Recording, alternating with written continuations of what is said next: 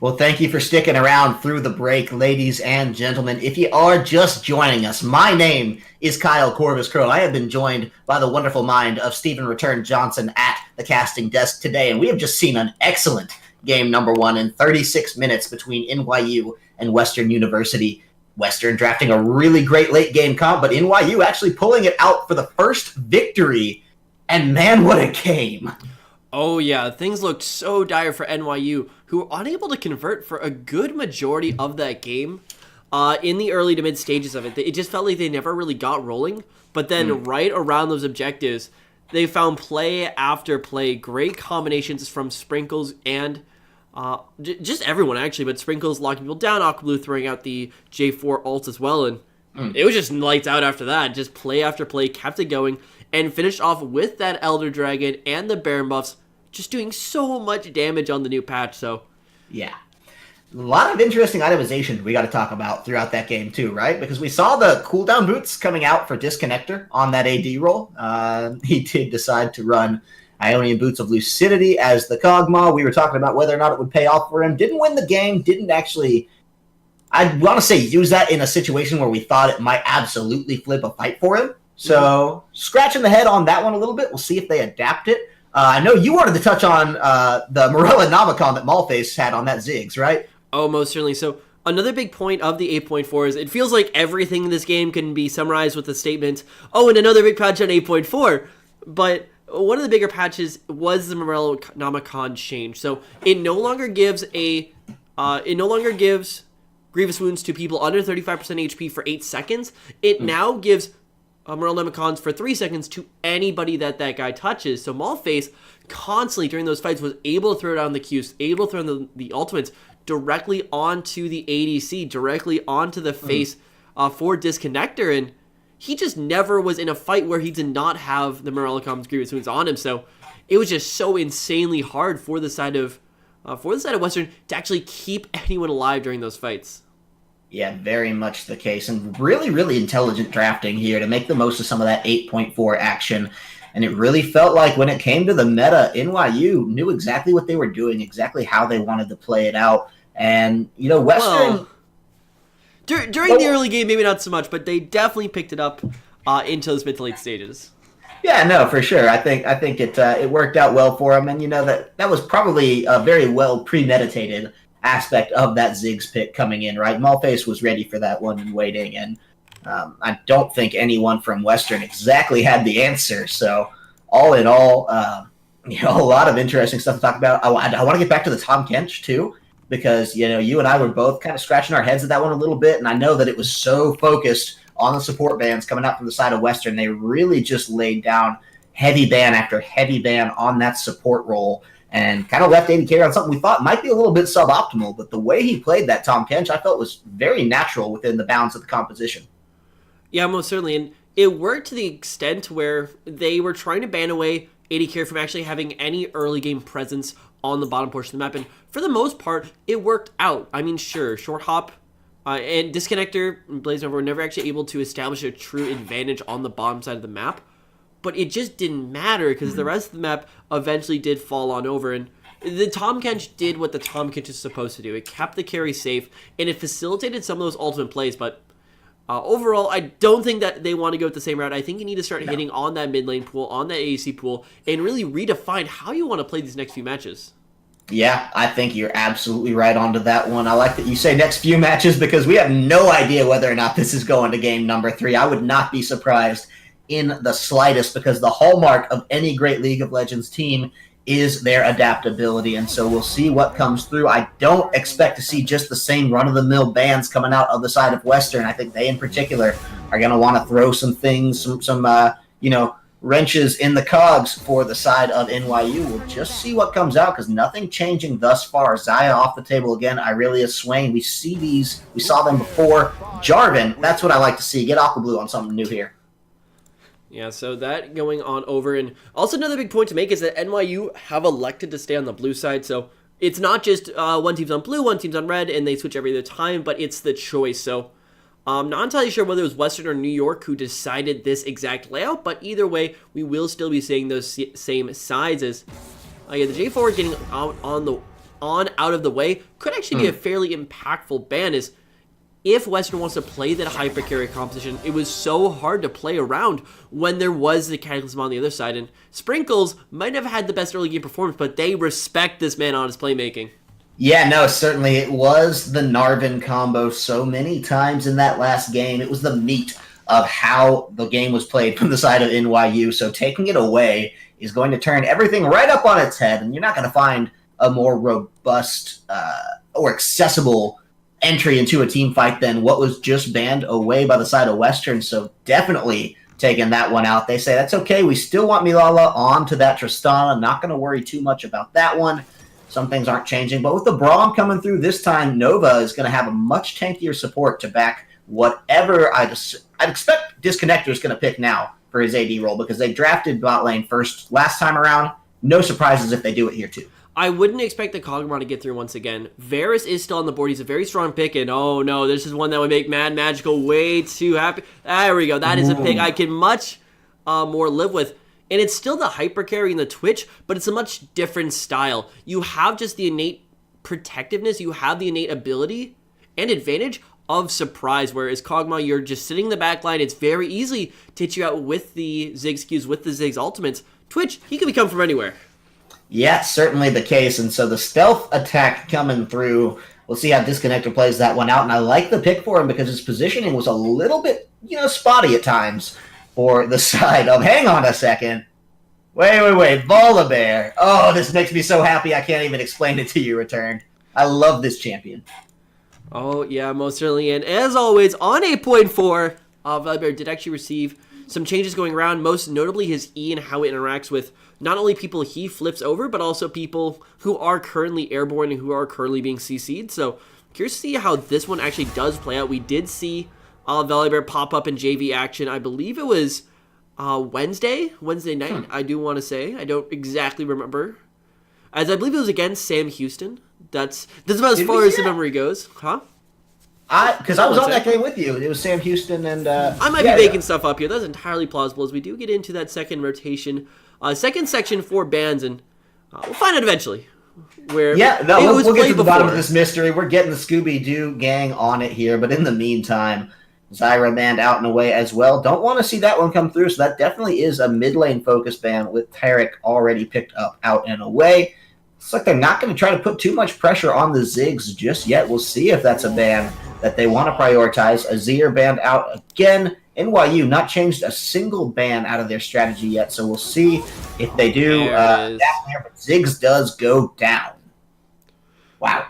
Yeah, most certainly. I'd say the biggest adaptation here for NYU so far has to be the picking of the support much earlier on. This cements them a much more aggressive bot lane, as well as Twitch is an incredibly aggressive, is an incredibly effective ADC going into those later stages of the game, especially with his direct nerfs on the last patch. He has an extremely weak laning phase, and with Tristana, with Tarek, you finally have the ability for NYU, for Milala, for AD carry, to actually play through and win that lane outright, not just get a good 10 CS advantage, get that tower, get those kills, and really start this NYU game on a much nicer foot. I think so, and so I'm very curious to see now how they're going to round out this composition, because that is going to make or break the difference here in this second game. Down to the wire, but the Karma is picked up in a surprising turn of events, actually. They are going to be running that Karma on through, and with the support Braum already picked up, that means that this Karma is going to be one of the solo laners, and one of the champions, hang on.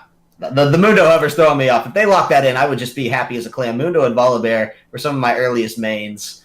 But no, looks like they are just going to run through the gauntlet. And Cho'Gath is what they will pick up for this one. So Sprinkle's going to have a little bit more potential survivability this time than on the Gnar. The hop is great, but if you can just rupture your way out of anything, silence it through, and then continue to stack just beef, you're in a great shape to survive a lot of the pressure. There might as well be a just target reticle on the Twitch right now. Oh, make that. Oh my gosh. Yeah. Yeah, the Malzahar, the Cho'Gath, and the Volibear.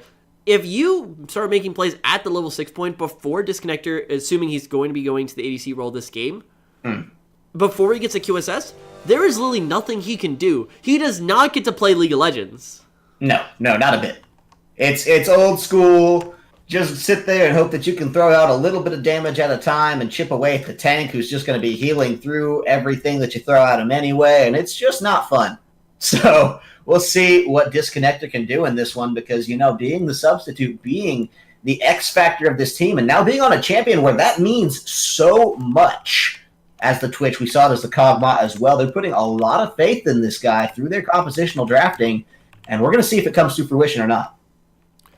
Yeah, it's going to be quite a bit of pressure put onto the back of the Twitch. And here's the big thing with me. That Karma pick nearly doubles down that they want to play around the Twitch in the mid to late game. I mean, they don't have a winning ball lane. They have Singed in the top lane, which is always its own bag of fun. Just when you look at how that actually interacts with everything else. But Jackson and Jungle, they want Twitch to pop off once again. And there are just so many champions on the side for NYU that are built specifically to give that man Disconnector a rough time. And this is going to be a very uphill battle for Westerners. I like this NYU comp even more than I did game number 1. Yeah, most certainly. I'm very, very excited to see this one in action, just with all the tools, especially around the top half of the map, right? I love just watching Volibear in action when he's a relevant jungler. And so Aqua Blue, had a very, very impactful game on Jarvan last time around. Took him a little while to get rolling as that Jarvan, but now with the Volibear, he is the Rolling Thunder. We'll see if he can make that one happen a little bit earlier or not. Cho'Gath as well, Malzahar. I mean, he's just going to have his pick of the litter as far as fun lanes to gank. The Singed can be a little tough. Karma, you burn those summoners early, you're going to be feeling pretty good. And so we'll see how he does decide to play this one out and through all in all. I want to see how AD Carry now performs on a little bit of support priority, now that he's not relegated, in a sense, to that Tom Kench, right? Yeah, most certainly, and that is another thing we hit on during that draft itself. Taric has so much more laning priority rather than the Tom Kench. Sure, Tom Kench probably would be better if you just look at the straight up, who's best into Twitches. Yeah, unfortunately with the Taric, you can throw the ultimate down, but if Twitch starts ulting, got 3 items, 6 items even, late game team fight, you're going to be dead before that ultimate even finishes. But in the laning phase, this definitely gives a lot more aggression and more tools to shut him down, because not only Volibear, Cho'Gath, Malzahar, not only do all 3 of them have hard CCs that can lock him down, throw the Taric stun on there too for just a little bit more off the back end. And this game literally boils down to, does Disconnector live through this initial engage? And right now, I'm very hard-pressed to say yes. There are the peel options, and I think I'm going to be putting a lot of pressure onto Epic there as Singed, just when it gets to the point in the game where it comes down to keeping Disconnector alive, because that is a champion Singed that can really make a hard time for any champion that's trying to get to the backline. And sure, you have Blaze Nova. It is his job to peel for his carry. That's what he's there to do, and Brahm's certainly very effectual at it. But at the same time, I don't think it's just going to be enough to have the mustached door shield wielding warrior there to protect Twitch. I think Singed is going to need to step up and be a big part of this and leave a little bit of the more aggressive play to short hop again on that Jax. We saw it last game. It's something we know he's definitely competent in with that champion, so he shouldn't be worried about that. It's more on the defensive end of things is where I'm really putting Singed Epic under the microscope here. Most certainly. But then the question has to boil down to, how many things can you actually keep off the Twitch? Because once again, Volibear and Cho'Gath usually have a pretty good time of finding backline presence. Malzahar with a good way too, and this also gives a lot more mobility for Disconnector because he's not on the Kog'Maw, he's not on something that needs to stand in the backline. He can look for the aggressive flank, he can look for those aggressive plays, but they also need to be insanely quick because, you pop out Malzahar ulti, just eaten up by a Cho'Gath. So I'd say there's a much higher high, but there's also a much lower low now for the Western squad, and it does rely on how reliably they can protect this Twitch, because, Karma, Jax, plus the Singed, they can get some stuff done in the early game, but in the late game, they're not really that big carry threat you want to have on your squad. No, certainly not. So it's just going to come down to this now. We do have the second game on our screens to behold, ladies and gentlemen. But before we do get into any of the action, if you're just joining us, I want to hit a couple quick plugs. We get it. It's a pause again. Good timing, as I do want to run into just a little bit of information if you are new to the CSL, don't know who we are or what we do, but you like what you're seeing. !Discord in the Twitch chat there. Get involved with us on Discord. Keep up with all of our esports endeavors. It's not just League of Legends. We do Counter-Strike, we do Dota, we do many others. So if you are interested in collegiate esports as a whole, want to get your school involved, or want to become more involved in your school that is already involved, Discord is a great way to do that. Twitter, Facebook, you can find us twitter.com/CStarLeague, facebook.com/CStarLeague. If you're just looking for League of Legends specifically focused content, then that is twitter.com/CSLLOL. Keep up with everything going on in the collegiate league world, both varsity and junior varsity that way. Want to give a huge shout out to Twitch. Thank them for their support. They are the greatest of all time. You're watching this on Twitch right now, unless you're watching on YouTube. And We don't have YouTube too. Oh, yeah, we do. YouTube.com/user/CStarLeague. I'm talking about the VODs here. So all that to come through. If you do want to catch up any of our VODs, any games that you might miss or can't watch on time, that's okay. Find everything spoiler-free. YouTube.com/user/CStarLeague. There's always something great being posted, whether or not it's a talk show, whether or not it's, interviews with some of these actual team members and coaches and esports authorities within the collegiate scene, or whether it's just good old down and dirty brawl style League of Legends. I know I'm going to be coming back to watch this game coming through if it's anything like game number 1. So find everything there.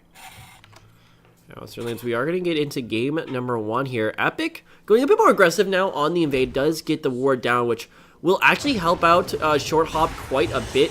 A big part of that early game was just Short Hop did a great job tracking Aqua Blue, and game number 2 is already set up to do the exact same thing, as there are still no jungle wards rather out from NYU. I mean, given where the bot lane was, it's fairly easy to predict where he actually went. But even so, we gotta see some sort of improvements right there if NYU really want to shore up this somewhat questionable early game. Yeah, certainly the case. So, top to bottom, I really do want to just take a critical look at NYU's early game, because it almost cost them the entire run last time around. And they held on and they made great playmaking decisions just throughout, but it is exploitable, right? And if you're another team here in the division that knows that you're going to be going up against NYU and you're watching this, I think you're looking at this as your really big chance. So I think they need to display a little bit of strength in their early game, just shore up their decision, decide what they want to do, and then execute on it succinctly, because that would turn this already fearful team into something that should absolutely be cowered before. So thankfully, we do have a little bit of a break. Actually, wait, no, we don't. That is a lie. But the conference playoffs, it does play it over the next 2 weeks, so there's a chance these guys do get a week-long break. Before their next official match, we will have to see how the brackets actually do work out, because there's a bunch of seeding and a bunch of numbers and a bunch of math. And I even believe some people get the bye rounds in, but it's all about what you can get done right here. And speaking of which, Short Hop, he's already making his way up towards the top side. Good flip from Epic. Could set up that one up for an amazing gank. Yeah, we'll see what comes through there, because he does want to make something happen here. Sprinkles, definitely the punching bag in the first game. We'll see if the same thing is true for this second time. Short Hop, no stranger to ganking this man. Maulface under his own tower in a lot of trouble, but look at that. The rupture does come through. Sprinkles flashing out. Will be out okay, but it does cost him his flash. Maulface used the summoner heal as well. And look at that, he's actually flipped back. That's probably not what he wanted. Sprinkles playing this one out pretty aggressively. That's going to be the flash in. If they get the stun here, he's going to die. Yes, first blood comes out. And Sprinkles goes down again. This time Epic taking the kill. It is not the jungler taking first blood. So we'll see how this Singe can turn that into something beautiful for his team. Time after time, Sprinkles is just put behind because of his greed. He had to flash away that first time, and you're no longer on a Gnar who has the nice E-jump away, and you are against someone who probably has even more lockdown CC in the, more aggressive lockdown CC in the Singe rather than the Maokai matchup, and that's just so hard to lose, and that should be an adaptation you're ready to make from game number 1, but he doesn't, gets behind a little bit. That being said, you don't need to be 8-0-0 to one-shot an enemy ADC as Cho'Gath. You do still have a lot of room to play with, but time after time again, once more, Short Hop, he finds the advantage in the top side. Yeah, certainly the case. And we saw, that top side advantage last game turned into 2 unanswered towers and a really heavy push onto that last top lane inhibitor tower, which, 3 members were just diving Sprinkles at will. Chimona, on the roam there, just absolutely insane. So can't play the same way. And look at this. Short Hop's already back up here. They're going to fling him back. They're going to stun him up. He has no urgency to get out of this one. And look, if they continue this dive, they're going to find it again. Are you kidding me? Sprinkles, buddy. Wow. That is a 2-kill singed to start off this game at the 5-minute mark. I mean, Sprinkles, you gotta learn at some point. He's just gonna come top lane again. Either call your top lane over, just under the tower. One way or another, there is no excuse in game number 2 after you've been put behind so many times. And that puts a lot more pressure on the bottom lane for NYU to get something rolling here. And sure, they have the slight CS advantage, what looks to be about 6 after this wave is completed. But it's not that tangible just yet. And Epic and Short Hop, they could even look to roam around with the advantage they have at the moment. Or maybe even bring Shim up once again, do a complete rerun of last match, and just look to break open the map from one good rotation. But Malface, he does have the ultimate up. He is looking bot lane. Yeah, we'll see what this comes of. In the meantime, still just gotta put some closing thoughts on Sprinkles. You know, this is the kind of situation in which bot lane.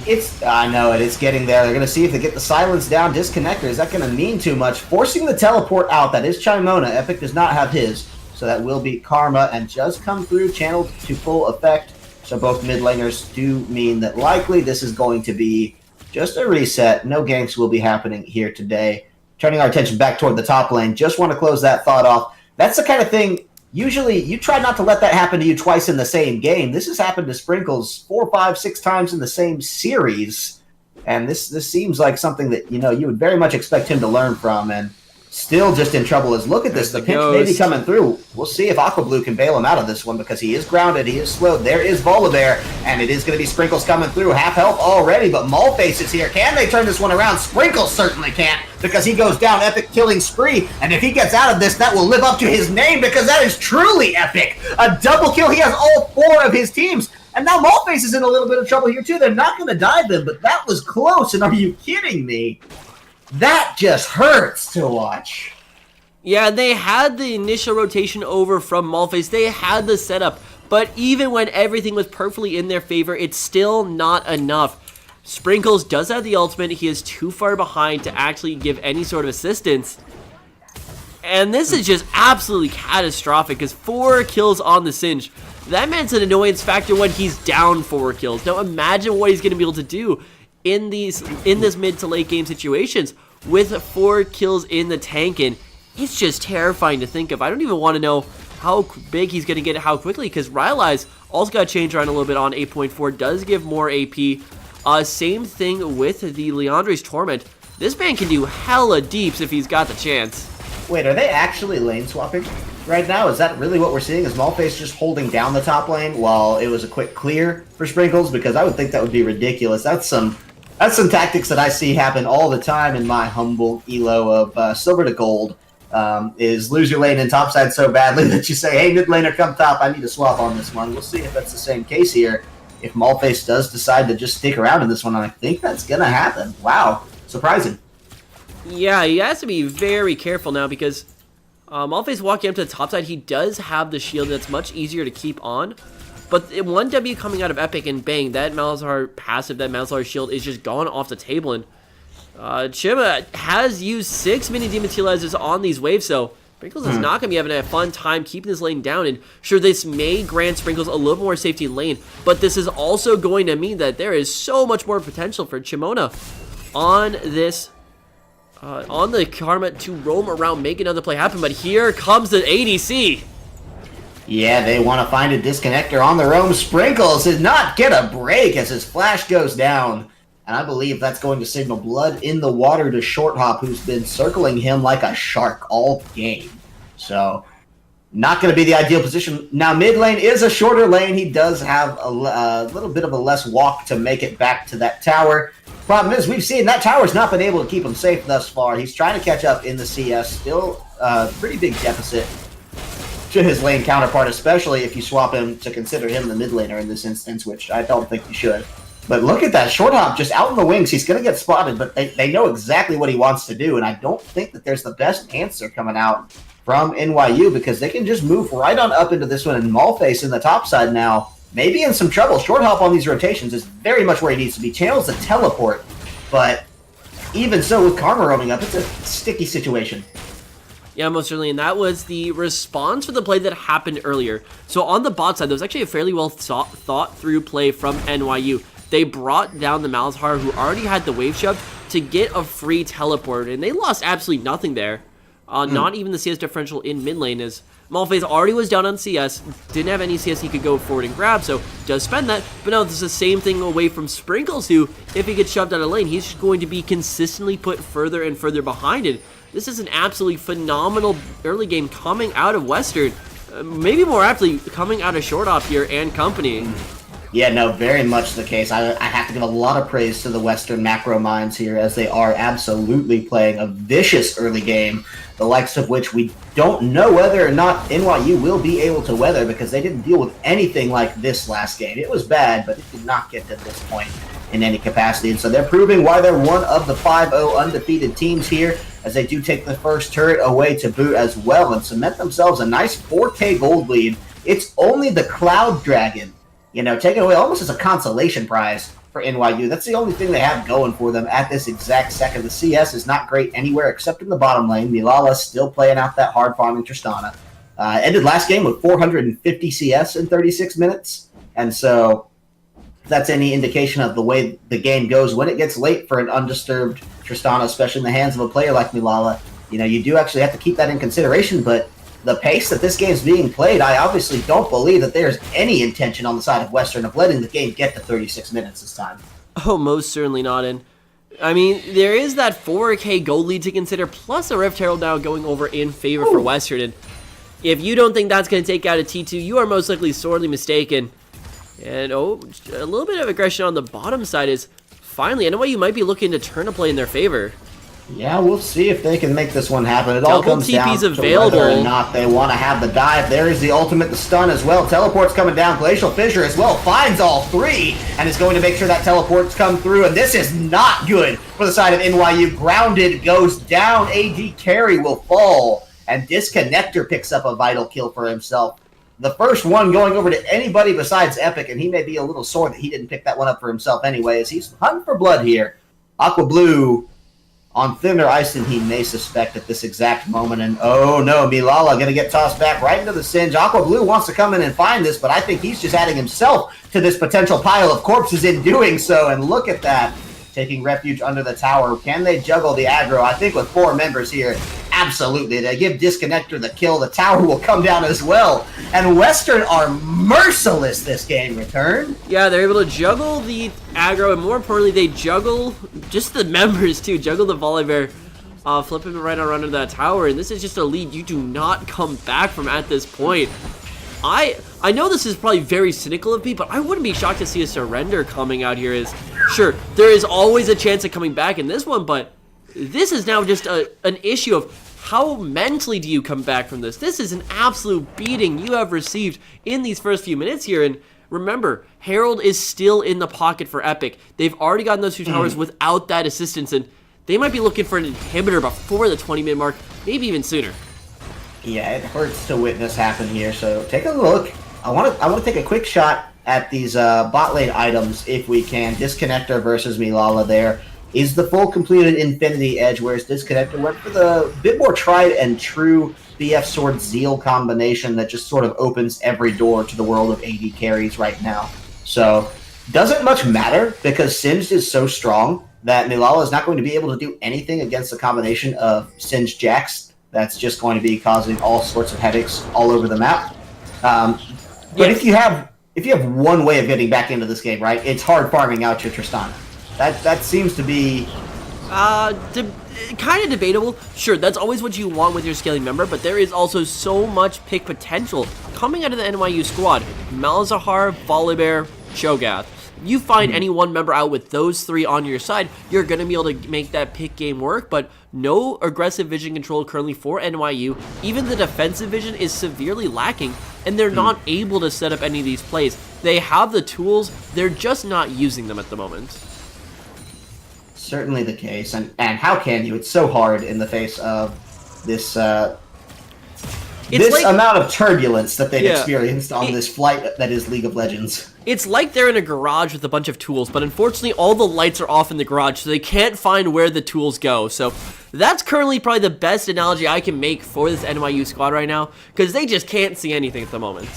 No, and so much of that is just on the back of Epic with all this top lane pressure. You know, he created a substantial amount of top lane pressure with the help of Short Hop last game, but this time they're actualizing it so much better and creating very strong advantages throughout the map. Here comes the Rift Herald, and there goes the mid lane tower. This won't even be contested.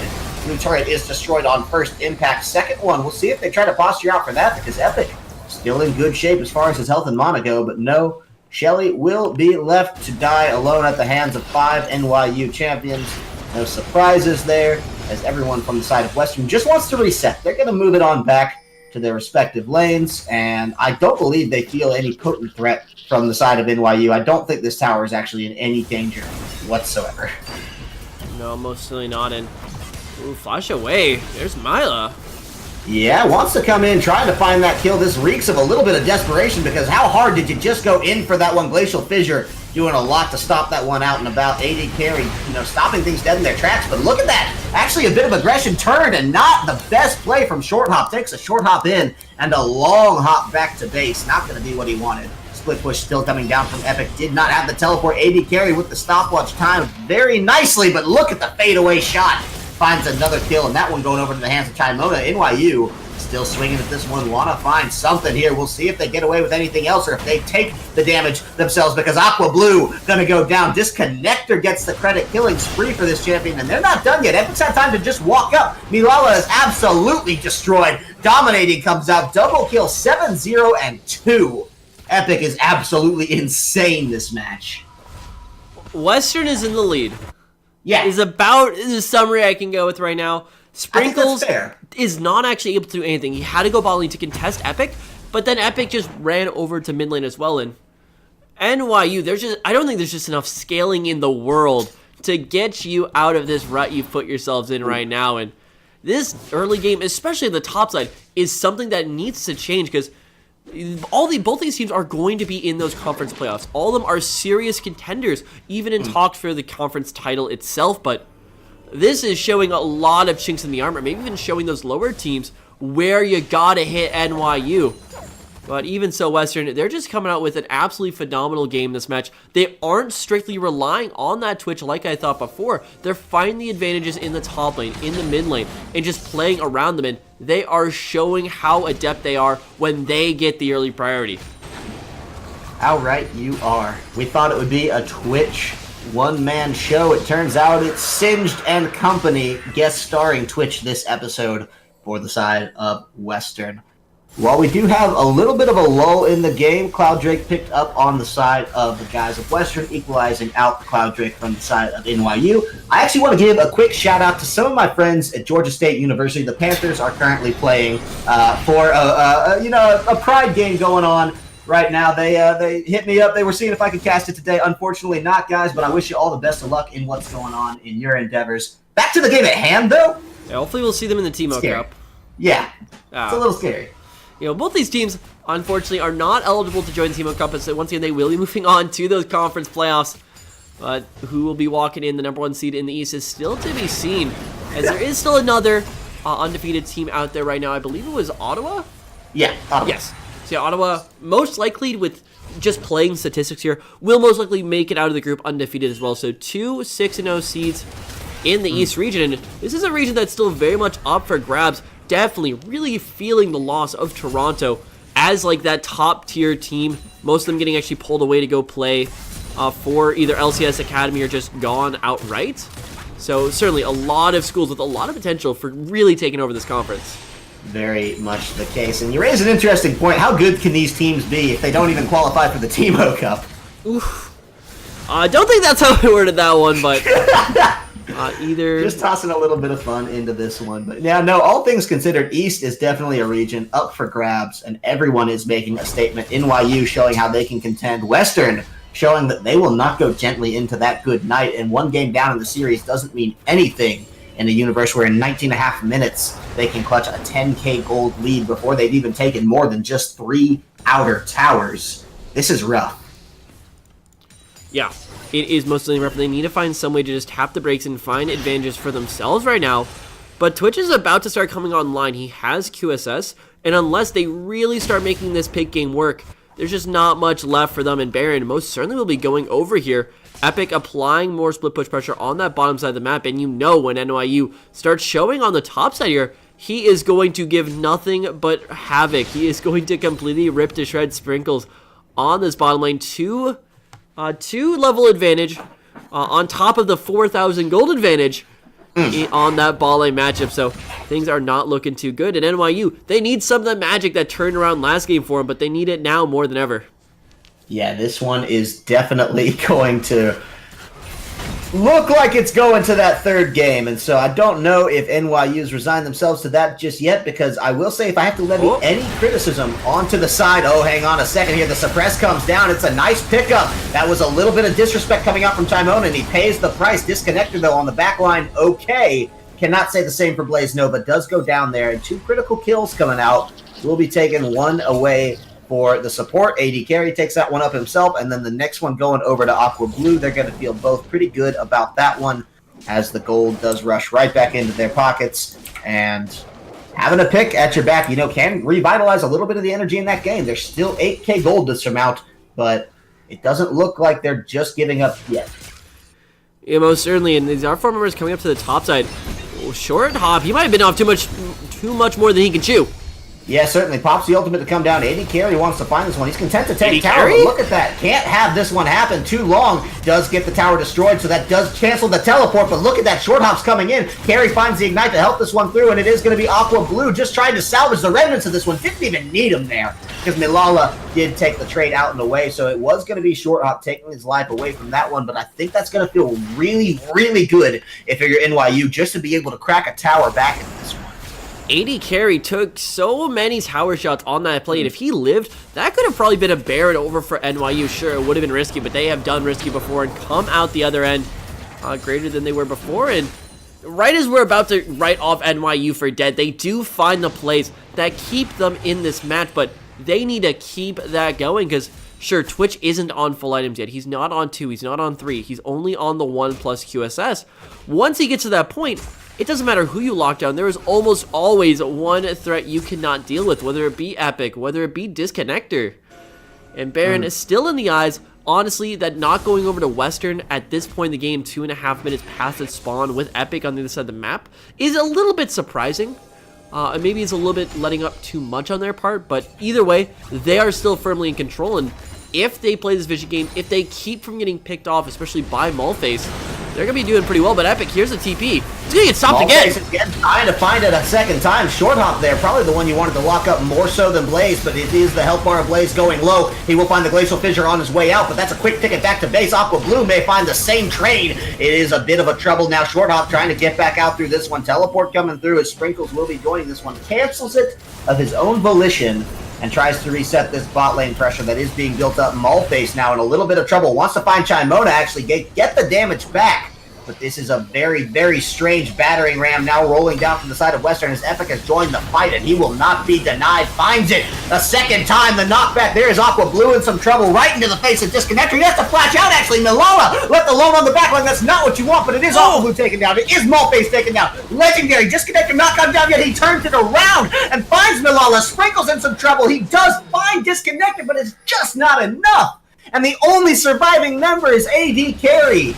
Disconnector, the only one taken out and away from the side of Western. Braum, I believe, actually was picked off at the beginning of that fight as well, but it doesn't matter. It's very much so the Baron, as AD Carry has no tools with which to take this one away. He would be walking into the Lion's Den to certain death, and so they have to concede this one over. The only question is, are they going to try to wait out the remaining 10-ish seconds to get this Baron buff on Disconnector as well? It's not really worth it at that point. You don't need to wait that long. Just grab it and run to the next objective.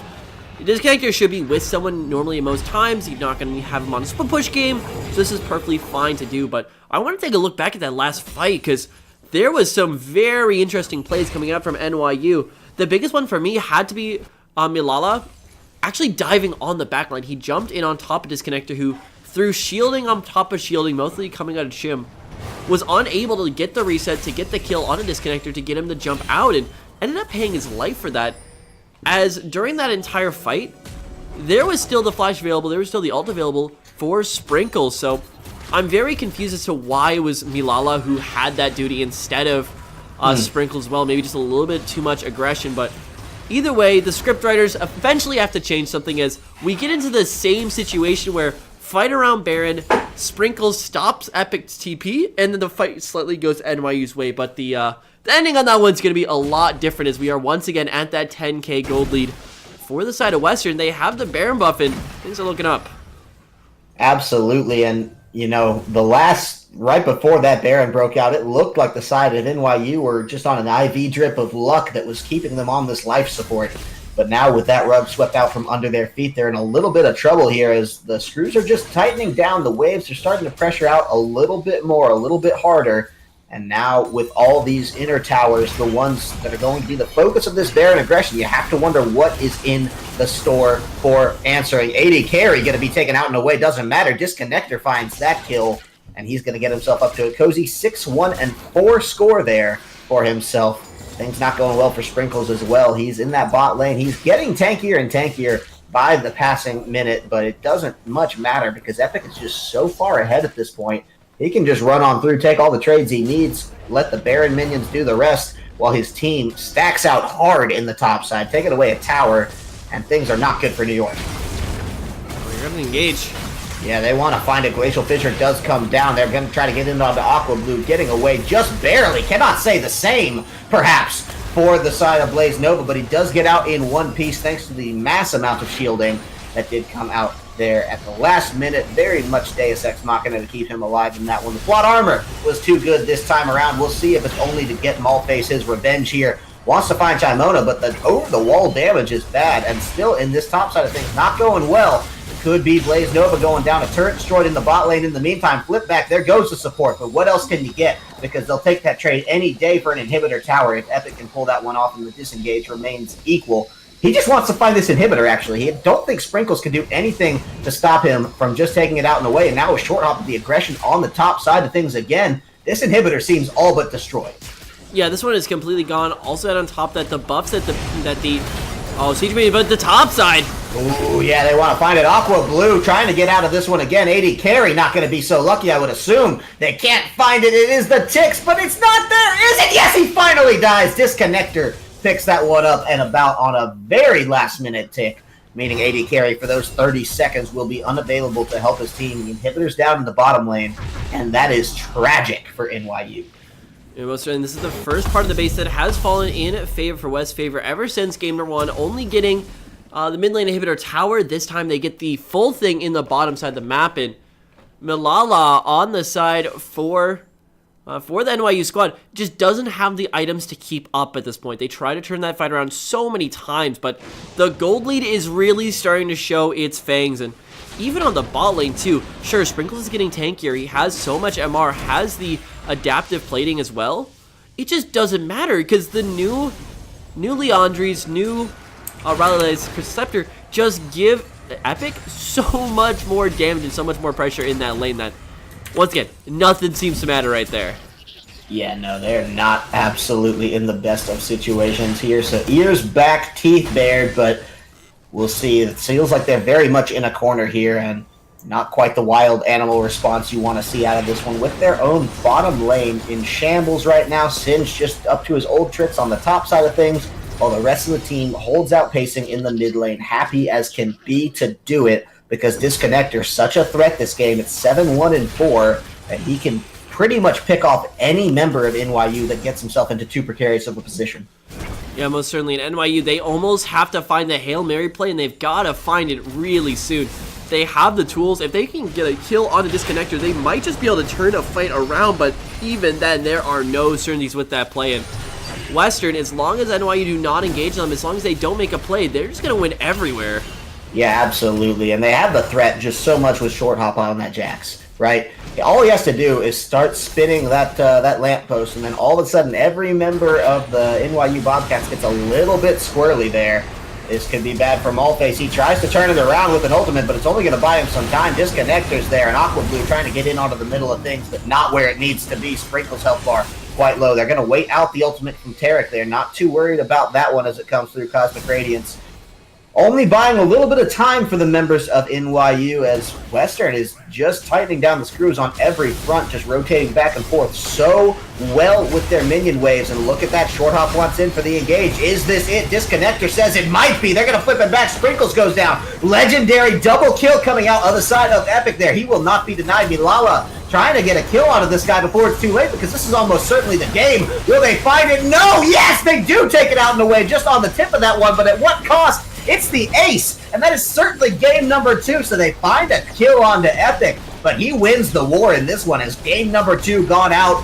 The Western guys are just absolutely tearing through this one. A strong start, a bit of a lull in the mid game, and a strong finish. 30.5 minutes on the clock as the GGs come out. Yeah, without a doubt, and that is just absolutely brutal to watch as what looks like a fairly solid competition coming out from NYU just completely goes upright, especially looking at that top lane. I mean, Sprinkles, he had a very bad performance last game. This game, he has an even worse one. Gets hard camped out and enables so much of this pressure around the map, and from that point forward, there's just no coming back. How much of that can you really feel? Because I know in that situation, it is so absolutely tough to maintain a mental composure, right? And to just say, I'm still going to contribute to my team. I'm still the best top laner that ever was in League of Legends, and I'm going to win this series for my team. It's, you know, you can do it once as the NAR game goes down 0-5, comes back 4-5 with some absolutely outstanding plays towards the end. Around the time I think Singe got his 5th or 6th kill, you're starting to think, okay, maybe not going to have the same turnaround game. Maybe not going to be, you know, the same anime storyline comeback character. So all in all, we'll see. Sprinkles has been absolutely the punching bag of this series, but he has one more game to try to prove himself. Yeah, and so far the only way we've actually seen Western win is through just a massive lead acquiring on that other side of the map.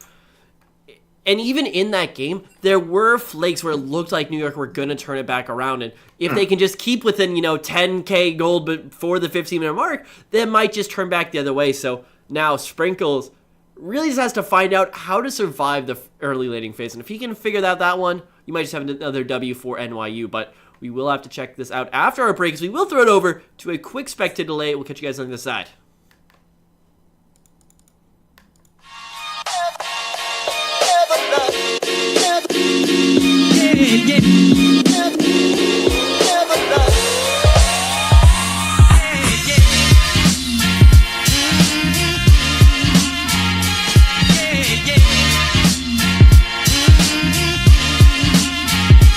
Once again.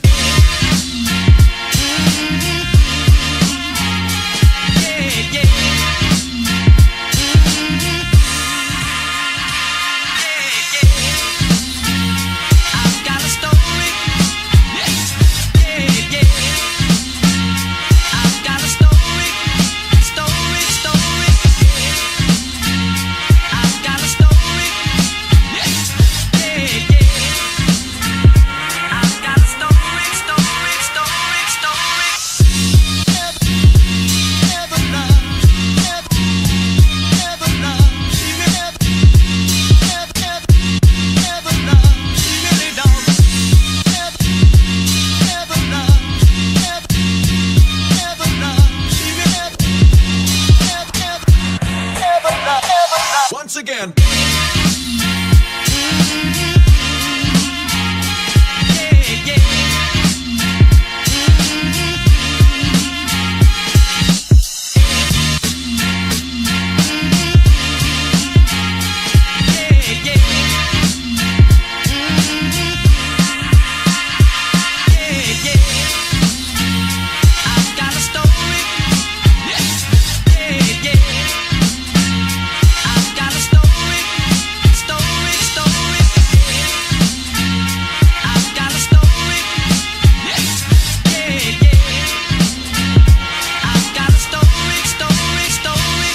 Once again.